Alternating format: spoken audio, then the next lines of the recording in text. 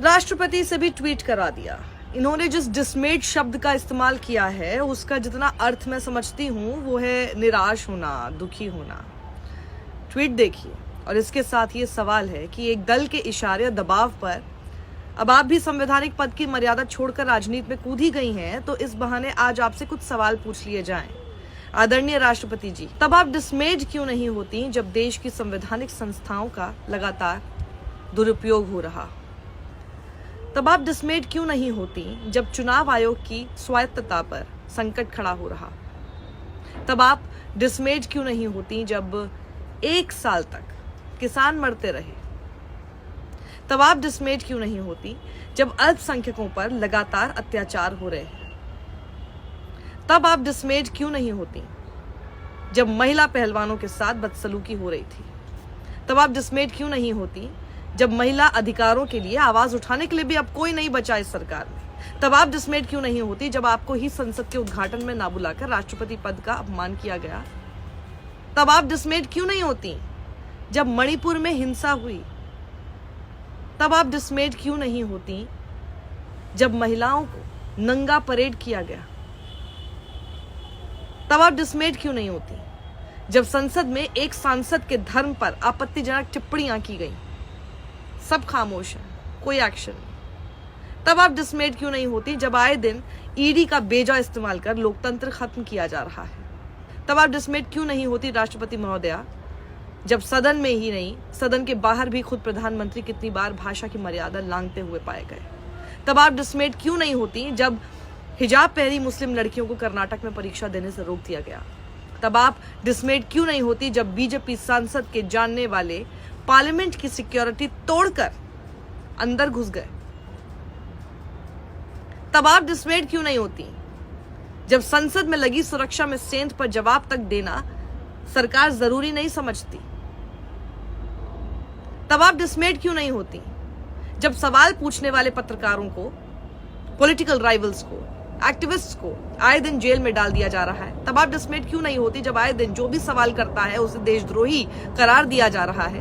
और तब आप डिसमेड क्यों नहीं होती जब संसद से 140 से ज्यादा सांसद निलंबित कर दिए गए? ये सब आपके डिसमेड होने के कारण क्यों नहीं बने हैं अभी तक? मैम, आप तो राष्ट्रपति हैं, संविधान की पहली रक्षक। आपको अपना दायित्व आज पहली बार ही क्यों नजर आया? सोचिएगा, अगर सच में संविधान की चिंता है तो। और एक विनम्र सुझाव है, उपराष्ट्रपति के रास्ते पर मत चलिए महोदया। तो इस तरह का ट्वीट राष्ट्रपति महोदया से भी करा लिया गया। एक तरह से राजनीति में उनको भी अब उपराष्ट्रपति की ही तरह धकेल दिया गया है, अपने इस्तेमाल के लिए, अपनी पॉलिटिक्स के लिए, अपने फायदे के लिए। अब कुछ भी किया जा रहा है। सभी जितने संवैधानिक संस्थाएं हैं उनको तो वैसे ही अपने काबू में कर लिया है। सब कुछ तो डिस्क्रेडिट हो ही रहा है। ऐसे ऐसे पदों की भी गरिमा अब किस तरह से गिराई जा रही है वो आप देख सकते हैं। राहुल गांधी से जब मीडिया ने, उसी गोदी मीडिया ने, जिसकी आंख में आंख डालकर एक बार फिर राहुल गांधी ने उनसे कहा कि कभी तो न्यूज दिखा दो। जब सवाल जवाब हो रहे थे तो राहुल गांधी अपना जब जवाब दे रहे थे तो उसके बाद उन्होंने कहा कि भैया आप कैसी कैसी चीजें चल रही हैं, कैसी कैसी बातों पर आप लोग खबरें दिखा रहे हैं, किन मुद्दों पर यहाँ पर बात नहीं होती है। लेकिन उस मिमिक्री के बारे में चर्चाएं ज्यादा हो रही हैं, जिन मुद्दों पर होनी चाहिए उस मुद्दे पर कोई चर्चा नहीं होती। तो भैया आप लोग कभी तो न्यूज दिखा दो। ये एक बहुत बड़ा तमाचा है उस गोदी मीडिया के मुंह पर, जो बिल्कुल उन्हीं सब संस्थाओं की तरह कंट्रोल में आ चुका है जिनकी बात मैं अभी शुरुआत में कर चुकी हूँ। ये बेहद ही दुखद है और हर पद की गरिमा मुझे लगता है कि ये एक पार्टी, कुछ लोग अपने फायदे के लिए गिराने पर तुले हुए हैं।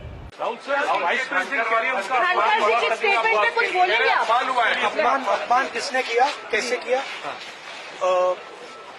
वहाँ पे एमपीज बैठे हुए थे, मैंने उनका वीडियो लिया।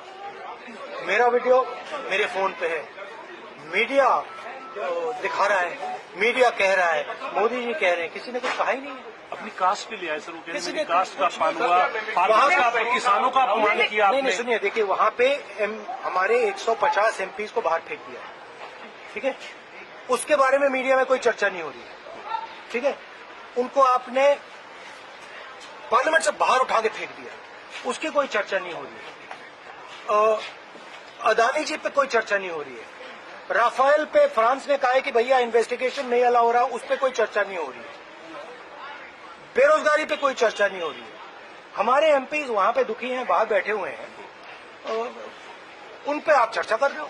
सर मिमिक करना इस मतलब तरीके से थोड़ा तो न्यूज दिखा दिया करो ना, थोड़ा सा आपकी जिम्मेदारी बनती है।